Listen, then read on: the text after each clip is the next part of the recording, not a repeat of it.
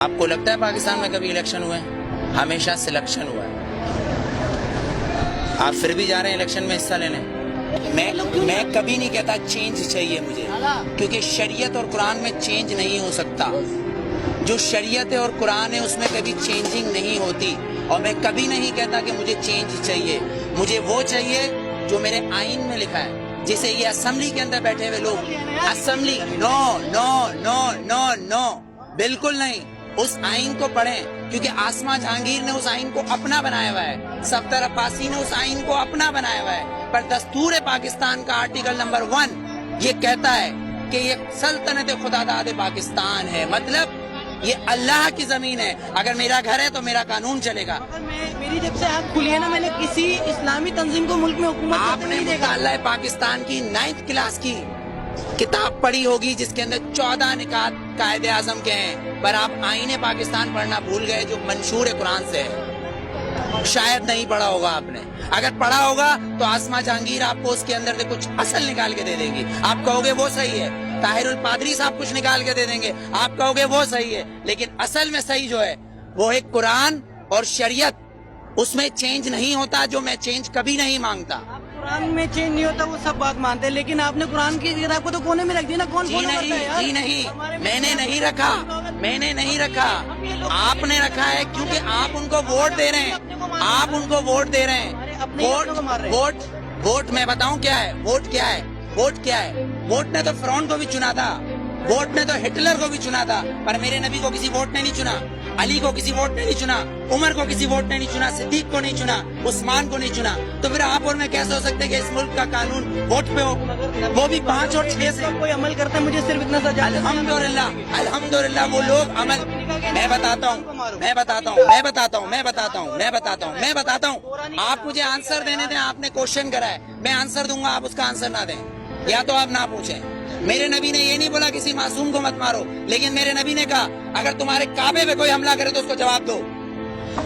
اقصی کے اندر نماز پڑھنا ہے مجھے، تمہارا قانون مجھے پڑھنے دے گا؟ میرا قبلہ اول ہے، یہودیوں نے اس میں گھوڑے باندھے ہوئے ہیں، تو پھر میں کیا کروں؟ اگر لال مسجد کے اندر مشرف حملہ کرے گا تو میں کیا کروں؟ میرے گھر کے اندر میری ماں کو آگے کوئی اٹھا کے لے جائے، میں کیا کروں؟ میرا قانون اس کی اجازت دیتا ہے، میرا قانون اس کی اجازت دیتا ہے۔ آرٹیکل 63 اور 62 اس بات کی اجازت دیتا ہے کہ چیف جسٹس کو بھی چیک کرو، لیکن یہاں تو میں پارکنگ والا کھڑا ہوں، یہ پارکنگ والا میں کھڑا ہوں، یہاں گورنمنٹ آتی ہے کہتی گورنمنٹ کی گاڑی ہے، تو یہ جو گدھے کھڑے جن کے ٹیکس سے یہ گورنمنٹ بنتی ہے، جب یہ 10 روپے اور 20 روپے دے رہے ہیں تو یہ گورنمنٹ کیوں نہیں دے گی؟ یہاں تو یہ قانون ہے، تین قانون، آرمی کا ایک، گورنمنٹ کا ایک، اور ایک مجھ جیسے اور ہم جیسے گدھوں کا الگ، کیونکہ ہم حبیب جالب کے بقول ہم 18 کروڑ گدھے ہیں، اگر صوفی محمد سواد کے یہ کہیں کہ میں دستور کو نہیں مانتا، آئین کو نہیں مانتا، تو وہ کافر، اس کو گرفتار کر لو، نظر بند کر دو، ٹھیک ہے، اس کو بند کر دو۔ اگر کوئی سیاستدان کہے کہ میں اس دستور کو نہیں مانتا تو وہ الیکشن کا حقدار۔ آپ کو کتنا لون معاف کیا، مجھے کتنا لون معاف کیا، پر ہمارے سیاستدانوں کو اربوں روپیہ معاف۔ بلاول زرداری صاحب کا 30 ارب روپے کا محل رائے میں بن رہا ہے، وہ بھی کس سے لیا ہے؟ ملک ریاض سے۔ Malik Riaz no you are not corrupt, I am not corrupt, Malik Riaz is a corrupt, ایک کرپٹ مین ہمارے پریزیڈنٹ کو پیسہ دے رہا ہے اور کہہ رہا ہے رائے میں محل بناؤ، اس لیے کہ نواز شریف کا محل ادھر ہے، کیوں ٹھٹا میں بناؤ نا، لاڑکانہ میں بناؤ، ادھر غریب لوگ مر رہے ہیں۔ سیلاب آیا سندھ میں تو تم سوئٹزرلینڈ گھوم رہے تھے، ہاں؟ تم کس پاکستان کی بات کرتے ہو؟ پاکستان کا مطلب کیا ہے؟